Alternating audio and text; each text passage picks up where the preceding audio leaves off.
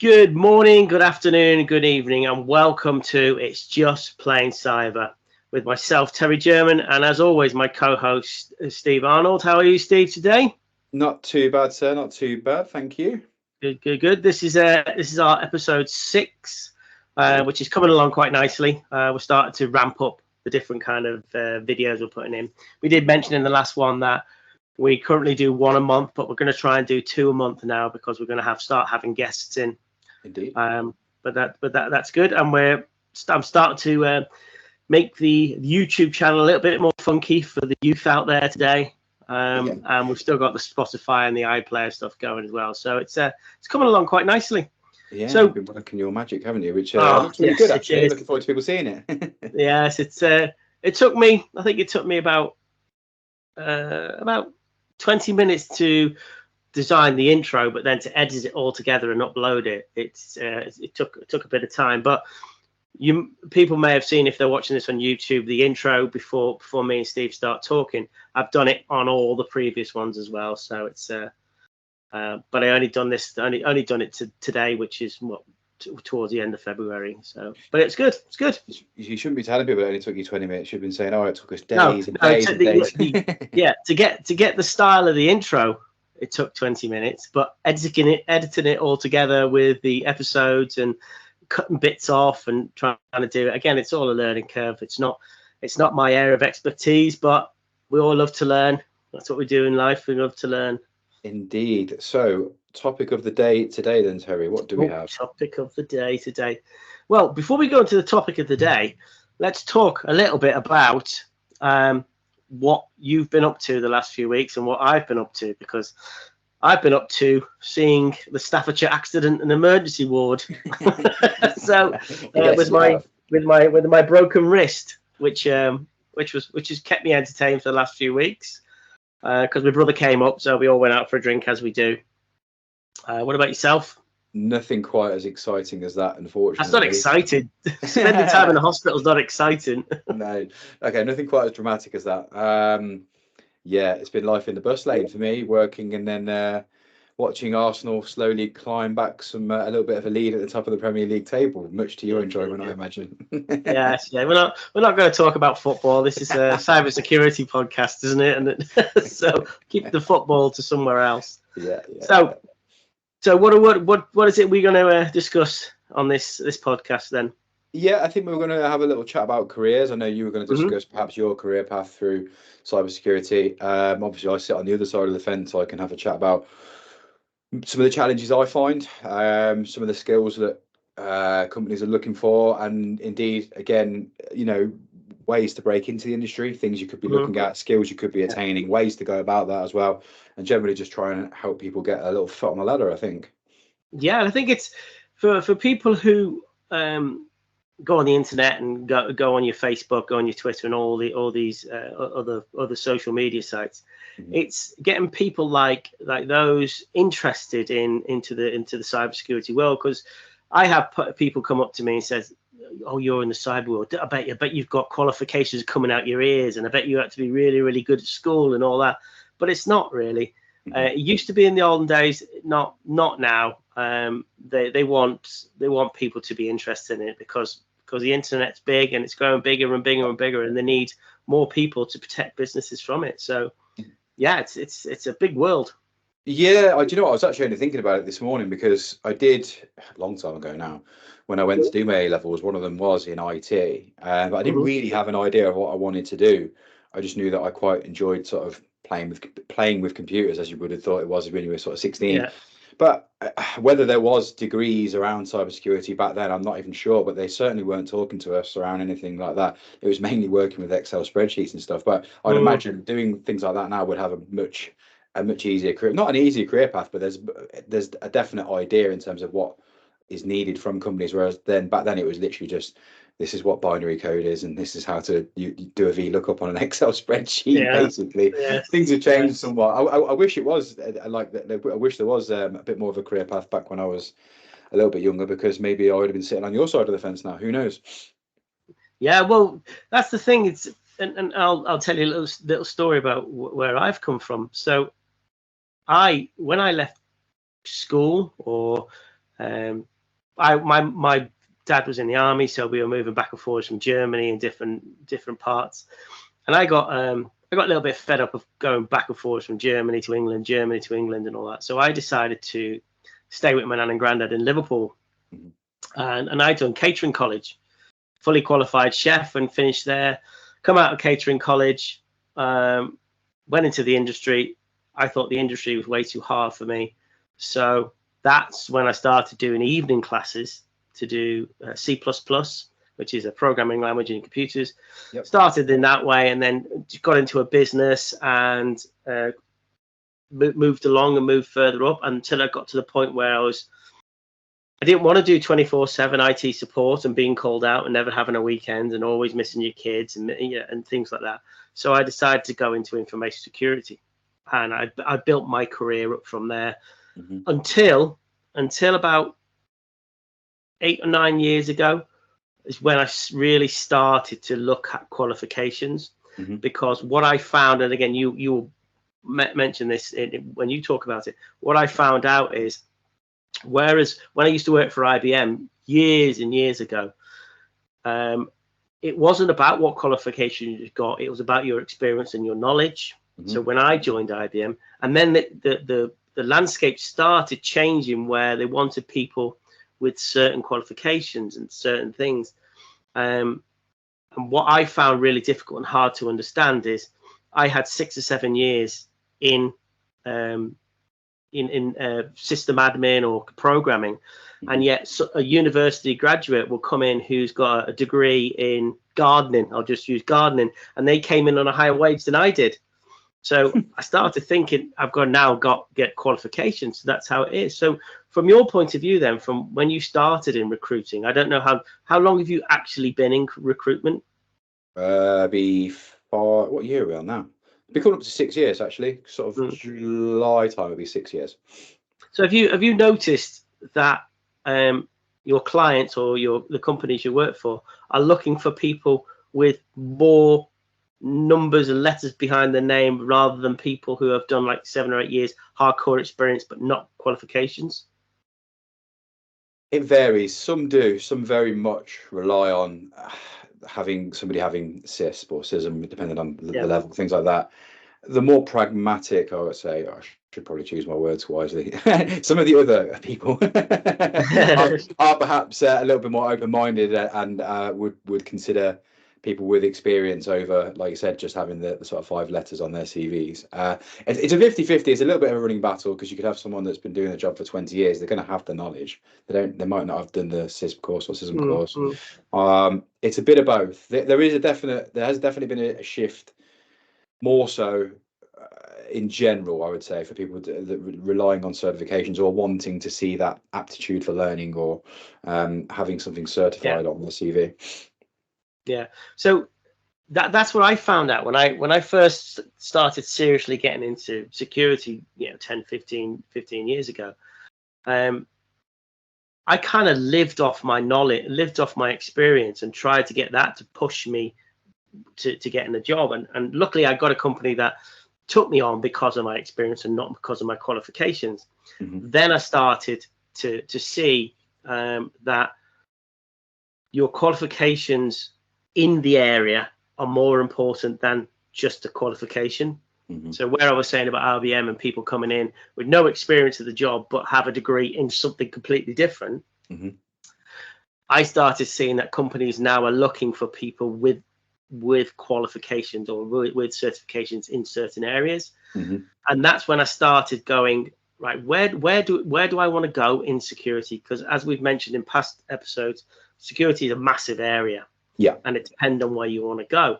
And that's where I started looking into the management area and going for a CISM, which is Certified Information Security Manager. And that was where I started looking towards the avenue where I was going. So from you're in GRC, so I'll let you explain what GRC is to our lovely listeners. Oh, no, yeah, sure. So GRC, it stands for Governance, Risk and Compliance. Tends to be the more, I don't want to use the word less technical, because it is technical in its own right, less hands-on in terms of working with the tools like engineering. It's more policy driven. It's more about the processes that are put in place across the company, whether that's around data protection, data loss prevention, putting controls in place to, you know, should something go wrong, what happens, or, you know, or to prevent things going wrong. But it's more about the paperwork and the policies and controls, as opposed to the fundamental sort of hands on the infrastructure in a bubble, if that makes sense. Yeah. So when somebody comes, I'm not saying that you need to know everything about GRC, but you of course you need to have some knowledge, because you're going to recommend these people to clients. So what level of knowledge did you gain to get where you are, or did you just gain it from just experience of working? Talking to people, literally, it's the best way to learn. You know, by very definition, my job is talking to people all the time. Ask questions. You know, the more people you talk to and ask questions. Okay, so what have you been doing around this? And there's obvious sort of buzzwords that you pick up pretty much straight away, whether it's ISO 27001 or NIST and things like that. Yeah. Okay, what have you been doing with that? How long did that take? What, you know, were you involved with audits? You know, did you have external, internal audits? And it literally just asking questions. And the more you talk to people about it, the more you pick up. Now, obviously, I wouldn't be able to come in and do an ISO 27001 audit. If someone tells me the processes they went through, I at least have a fundamental understanding of what they're talking about now. So if okay, forget about my knowledge and my experience and all that. If I came to you and said, I want to get into GRC, I know about ISO 27001, would you just take them of they said they know it, or would you have to ask some questions that you've learned over your years of how to find out who's the real ones and who's the not real ones? Yeah, sure. I mean, and obviously that the sort of type of questions I ask would be dependent on the client as well, if it's around a particular job, so that each company is going to be in a different state than others. I mean, if it's someone that's going to come in and implement a framework that's not already in place, it's, have you done it before? How did you go about it? Yeah. Were you testing controls? Were you, you know, writing policies? Were they already in place? Again, were you working with auditors? In which case, did you have any non-conformities? How many did you have? How did you go about that? And it's asking them what their process is, so I can get an image of what they've done. And how they've gone about it. How long it took them as well is normally a bit of a telltale sign. Someone tells me they've done an audit or they've done an implementation of a framework in 2 months, it's normally a bit of a red flag. Yeah, definitely. There's no way you can do anything in 2 months. No, exactly. not involves company policies and ISOs. But from my side, and coming from a manager role, I would still like to know the person's got experience in it, because not everybody is great at practical exams. I hate them. Hate practical exams. If somebody told me a problem, I'd be able to go away and fix it. But would you be able to write it down and not fix it? So you write it down and tell somebody else how to fix it, as policies and procedures are. I can write down how to solve a problem, but before I got into security, I hated it. I could do it, but I couldn't write it down. So I've learned over my years of sometimes that is more important than your knowledge. And that's the battle I have with young people coming into a role, or anybody coming into a role, is getting them to understand in security, it's not all about I know how to fix it. You've got to be able to tell people how to fix it. Yeah, and that's particularly pertinent with GRC, because a lot of the role will be around talking to people about either the problems at hand or how you've gone about solving them. Whether you're at a senior level and you're talking to stakeholders, or whether you're a GRC analyst, you need to be able to document things, whether it's writing policies or writing reports for people. You need to be able to verbalize, or in which case write down what you're seeing. So it's not just about being able to do it, to be able to explain what you've done or what needs to be done to somebody. Yeah, I totally agree. And this is where we can kind of stumble on the different kinds of roles within security. So if I'm a young person, or even forget about that, even if I'm any person, young or old, there is no age limit or lower age limit for you to get into security. I was playing golf only a couple of weeks ago, maybe a couple of months ago, And an older guy who was in the same group as me said, would I be able to get into security, or am I too old? And I thought for a second, and I'm thinking, there is no age, there is no physical ability that you need to be in security. You don't have to be able to run a mile in 3 seconds, or you don't have to ride a bike for miles and miles. You don't need any of that. It's not a heavy lifting. All you've got to be is have the right attitude to look at a problem and solve it. And it's more of, is it analytics? Is how you think about things and how you put things in. Analytical, for sure. So if you have a problem, in security, if somebody says to me, Terry, we're getting people logged in, but they're logging in with their incorrect password, they're losing their password and all that, you've got to be able to look at that problem and go, okay, right, how can I solve it in the easiest way? And I've said to many people, security to me is bringing you back to when you're a child, where everything's what, where, how, when, and all these questions get asked. People do get annoyed if I was to come to you and said, how did you do that? When did you do that? Why did you do that? And you start thinking, oh, it's all these questions. It's not. that's the only way you learn about what the problem is.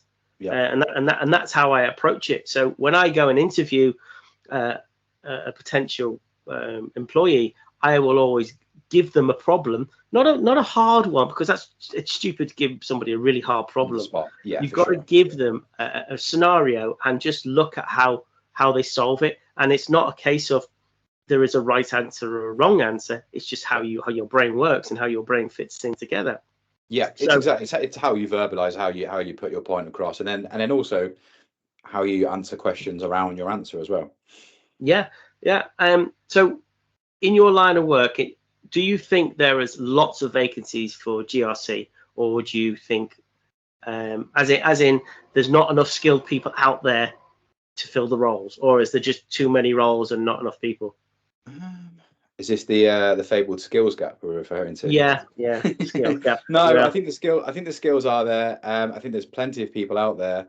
There's certainly a lot of roles. I think particularly over the last number of years, there's been a big focus on whether it's documentation, whether it's GDPR, or obviously operational resilience is a big thing at the moment with DORA compliance. But there's a lot of roles out there. I think sometimes it's the soft skills that sometimes people can be let down on. Exactly what you were just referring to there.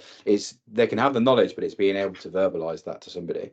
And also being able to use your brain as a bit of a sponge to be able to take in more information. Sometimes it can be hard for people to get a foot on the ladder. I think sometimes people can be a little bit hesitant to bring on really junior members of staff. That then creates a bit of a gap at the bottom end of the ladder. But there's lots and lots of roles out there. And also, I think sometimes people silo themselves. If you're just trying to come into the industry, they can silo themselves down one area that they think is the entryway into cybersecurity, when actually there's lots and lots of different ways. Whether you might not have the aptitude to be a SOC analyst, but you may work really well as an auditor. You could do really well as a consultant. There's so many different avenues. Sometimes it's picking the right one for you.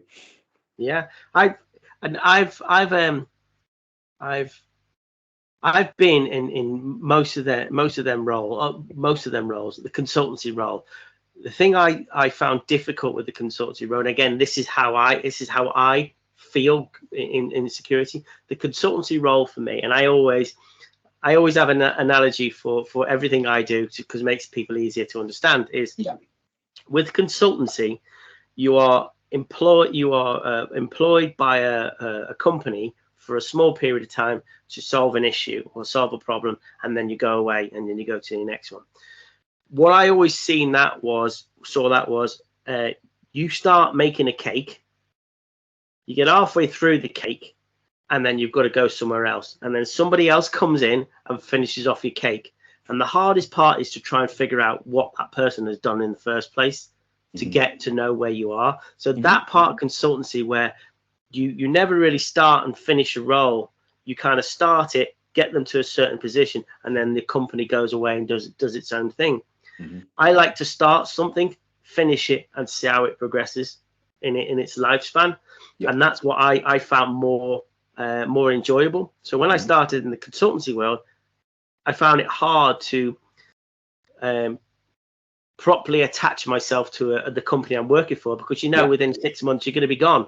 Yeah. So you can't build up a relationship. And I like building a relationship with anybody, with the supplier, with the recruitment agency, with the hierarchy, the directors and the owners. Mm-hmm. But if you're only there for a small period of time and then you go, then that's fine. But you could be that type of person that likes to go in, do a job, do what you're asked to do, and then go away, and then go and do another one, go in, go what you're asked to. But again, these are the type of things you like to do. These are the different areas. Auditing.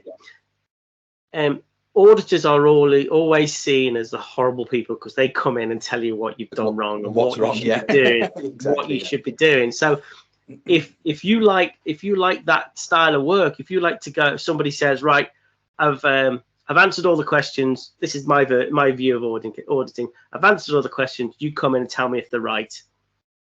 So a good auditor, and I've seen good ones and I've seen bad ones, a good auditor will come in and work with the company to help them get the wrong answers right. A bad auditor will come in and go, you got that wrong, right, I'm going to see you in 2 weeks, sort that out. And they have that separation, and it's really, really hard, because it is like a head teacher coming in and say, you've done that wrong, right, I'm running off now, you've got to sort it. Whereas a proper auditor will come in and work with the company. Some companies have auditors internally, as in their own business, so they can have a mock or a pretend audit before the real audit comes in. So if you like that style, and then auditing is great. So I could sit here for hours talking about different areas, because I'm passionate about getting people into security. I'm passionate about it. People see it as boring. It's not boring. There's so many different areas that are not boring.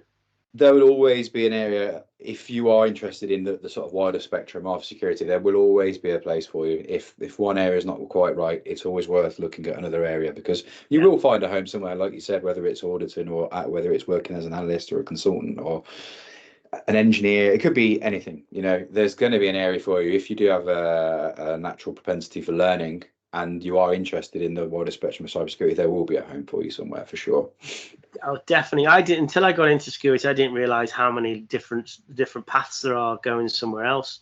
And as security gets bigger, if you look at GRC or compliance, a few years ago, compliance and risk and control were all one group, one person.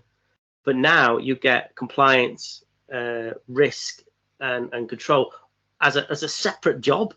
So you will have somebody who's just employed just to deal with risks in the business, risk to security in the business. You'll have somebody or a department dealing with making sure the business are compliant to certain regulations. So it's brilliant. There is so many different areas, and depending on what level you want to get to is how I always see what you want to do. If you're a techie, you want to go down the technical side of security, then there's a massive avenue for you there.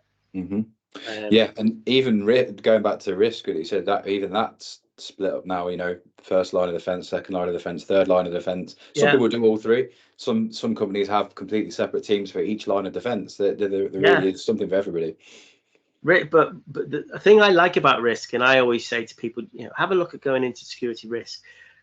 Risk, you do risk analysis in everything you do in life. See, I should have done a risk that drinking and being out with my brother is a massive risk. So I should have put contingency plans in place so it doesn't happen. So there's that. So when you walk down the street and there's a pavement that's slightly off, you will look at it and think, right, okay, if I stand on that, I could trip over. So that's a risk. So I'll walk around it. This is the same in jobs, and the big thing in the security is they tell everybody's a risk manager, because you always have to do risk. Because a person if I'm a security risk person, I can't see every single security risk in the business. I need my employees to tell me if they see something. So that's on risk, and it's risk is I think risk is really interesting. And like you said, literally everything you do, there is a risk associated with it. And then we go on to before you ask your next question, we go on to the area I'm in, which is the management and the heads of area. And yeah, I took that route because that's what area I wanted to go in. I've had all my techie knowledge from when I was in IT. I've all my techie knowledge when I was in security, security analyst, and I decided I wanted to go in the management side. So that's the route I took. and so I suppose one of the things we were going to touch on is, how do people go about attaining these skills? There's various sort of boot camps and things like that. We sort of touched on off before we started recording, things like caps, like QA, there's apprenticeships, the certifications. I mean, as a hiring manager yourself, if you were to bring a sort of a junior member of staff into your team, what sort of basic skills would you be looking for, and certifications, if there would be any? Yeah, so at junior level, I'm not expecting the person to have any, if any, qualifications, certifications. The normal school qualification or university qualifications, yes. Yeah. You look at that and you say, okay, this person's got an eye for detail, or this person's knows how to put a project together. But what I'd be looking for is the passion. Mm-hmm. And you can see the passion in somebody, the way they speak and the way they talk about things. But it doesn't mean that if I'm interviewing and somebody goes, oh, I love security, and security is this and security is that, I don't see them and going, right, oh, they're definitely that person, because a lot of people can talk a good game and not play it. Yeah. So it's understanding where that person wants to go. And that favorite question that I always think nobody can answer it is, where do you see yourself in 5 years' time? I find it very hard to see where I am going to be in 5 years' time, because the world we live in today, we don't know. So when I used to be interviewed, and the interviewer would say to me, where do you see yourself in 5 years' time? I said, that's quite a hard question. I could ask you the same question. Where do you see the company in 5 years' time? Mm-hmm. And they struggle to answer it, because nowadays nobody knows. Back in the days when there was a contractor and a permanent employee, there's no such thing as a contractor and a permanent employee, because a permanent employee could be gone in a year, depending on how the business goes. So that's how I feel. Yeah, I always thought that was a strange question to ask in an interview, to be fair, for that exact reason. And then it usually just get the stock answer back, sat where you are doing the hiring. It's just like, yeah, it's what a waste of time asking that question. Yeah, so it's about passion and keenness to learn, like a challenge, because security is a challenge. Yeah. Yeah, not one. You wake up in the morning on your Monday is not the same as your Tuesday and your Monday, and there are tasks that you have to do on a Monday, Tuesday, Wednesday, but it'll be very rare that your day is exactly the same all the way through. And that's what I love about it. Every day is different. Every day is a challenge. Yeah. So from your experience, then, what do you see as the most difficult area to get people into, from your experience?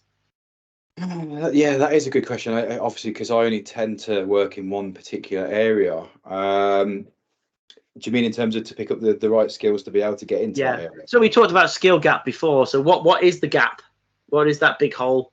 I'm not sure if there is a gap. I think that's I'm not sure if the skills gap is actually there. I just think that perhaps at the bottom end there may be a little hesitancy from companies to take a chance on people that, like you said, that have got a passion, maybe don't tick all the boxes just yet, but they have the passion to be able to pick that knowledge up. Then you can bring them in. And I think sometimes there is a little hesitancy from people to be able to do that. So I'm not sure if there is necessarily a skills gap. The hardest area, I mean, I would say in terms of actual technical ability, I mean, you're probably looking at things like engineering. That's, you need a real sort of quite a low level knowledge in terms of the infrastructure and things and the tools you're going to be working with. From my side of things, it's the key skills we spoke about in terms of being able to verbalize things, being able to document things. As long as you've got them, you can pick up the rest of the skills, because you know, in terms of being able to implement frameworks, you'll be able to learn that from somebody, and a lot of that will come through documentation as well. Pen testing is obviously very technical, but again, if you've come through a boot camp, there's junior pen testing roles, things like that. It really, I mean, the most difficult area, it really just depends on what your core skill set is and what you're looking for. What somebody might find really easy, in terms of, someone might find engineering really easy, but not so much the policy driven stuff. So really it does vary from person to person. Yeah. So if somebody who's come out of university or come out of college, young age, and they want to get in security, and we look at what they need to start looking at. So they need to start looking at look at themselves and say, why am I interested in security? Why am I interested in to go into that area? Then have a look at the different kinds of areas in security, because some people, I've seen in the past, some people will go into a help desk role within a company to get the feel of the company, to get how the different technologies they have, and then move into a security role. But someone just coming out of college or university and saying, right, I want to go into security, the ethical hacking qualification, CEH, these are good qualifications to get, that will give you the basic level. Now, if you're currently working for a company and you want to get training whilst at that company, you should, I'm not saying it's always, you should get funding to give your education in the company, unless it's something completely different outside the company. But the social media we have now, we have YouTube, we have TikTok, we have LinkedIn, we have Twitter. There are so many resources out there. Discord's a big one as well, the Discord channels. To get the information you want. And a company, the thing is, a person could pay $2 or $3 grand to get a proper qualification, go away on a course, a 5-day course, blah, blah, blah, and get all that training. But for a little bit of time to yourself and looking on YouTube and various places like that. Indeed have an education section now, the Indeed recruitment website. They have an education section there where you can purchase self-timing study, so you can do it in your own time. They're all good products to get, or software to get you started. So again, if people are listening to this and they want to get into it, get in contact with me, Steve, and we'll help you in directing you where you should go. 100%. I think LinkedIn have quite a few as well, don't they, that you can do? They do a lot of fundamentals. CompTIA do online courses, QA and Caps Lock again. You pick up some basic knowledge, and then depending on the areas, if you do like the more technical side of things, start looking at things like Try Hack Me and Hack the Box if you're interested in that side of things. Look on Discord channels, YouTube tutorials all the time. We are blessed with a world of information now that you can pick and choose from the areas that you want to take from. It's a lot more accessible than when I first started in it. You had to go to a library and get a book and read a book to get anything. Books. Whereas now you can just sit in front of your laptop and listen to an hour or 2 hours of somebody talking about that particular area, or you could sit and listen to a podcast by me, Steve, telling you what areas you could possibly go in our experience. But it's all good, and it's an exciting world to be in. So I think we're nearly, Have you got any more areas you want to speak about, Steve? Because I think we're coming up to our allotted time slot.